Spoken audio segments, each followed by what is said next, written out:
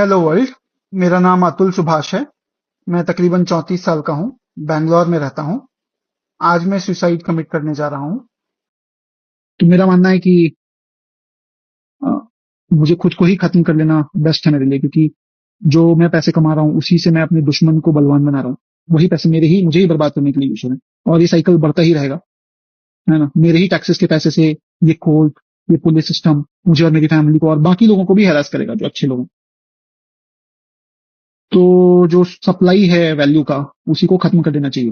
और anyway they anyway gave me a suggestion क्या they told me to commit suicide, and I think they are right.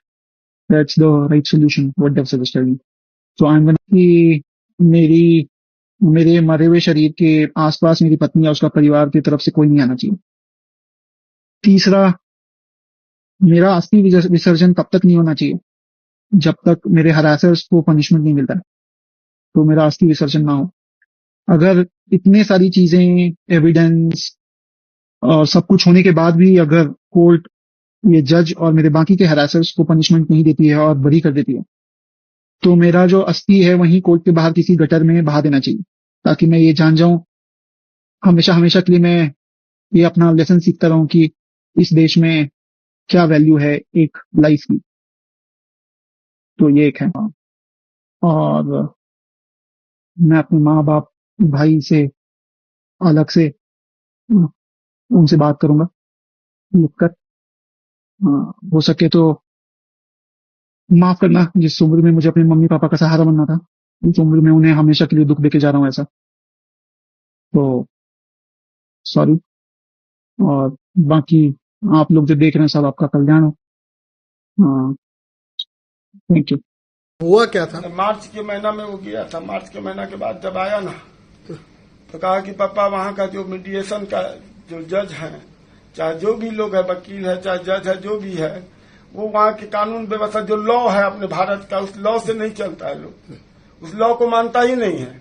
जो ये बता रहा था कि इस धारा में ये लॉ होना चाहिए, तो वो उसको हाई कोर्ट के, सुप्रीम कोर्ट के लॉ को भी नहीं मानता था।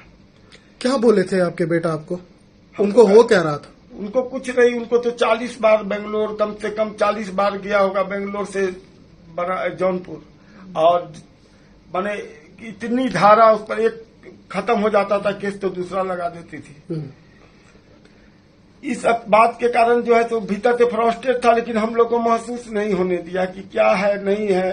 एकाएक हम लोग को खबर गई है कि वो अपना पूरा मेल वगैरह हमारे छोटे लड़के को रात में किया है 1:30 बजे 2 बजे, हमारे पास 3 बजे उसका फोन आया है। उसके बाद हम लोग कैसे कैसे करके वहां से पटना आए हैं, एयरपोर्ट पटना से बेंगलोर पहुंचे 4 बजे शाम में। मतलब सर, आप जानते हैं कि उनके फैमिली कुछ जो अपने वाइफ के ऊपर और उनके फैमिली के ऊपर जो इल्जाम लगाए हैं, सच है वो सारे? एकदम 100% सच है। 100% सच है। उसमें एक आध इल्जाम छूट गया हो तो भले ही, लेकिन जितना इल्जाम वो को याद होगा उतना लगाया हो तो एकदम सही है। मतलब आपके बेटा हेरासमेंट, बहुत हेरासमेंट था उसके साथ।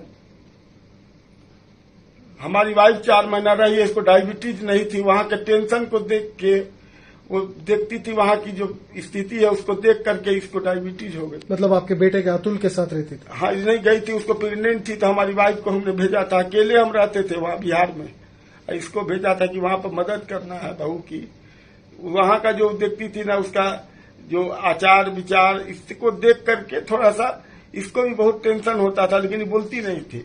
हमारे लड़कियों को अब कितना टेंशन होता होगा हम नहीं बता सकते हैं।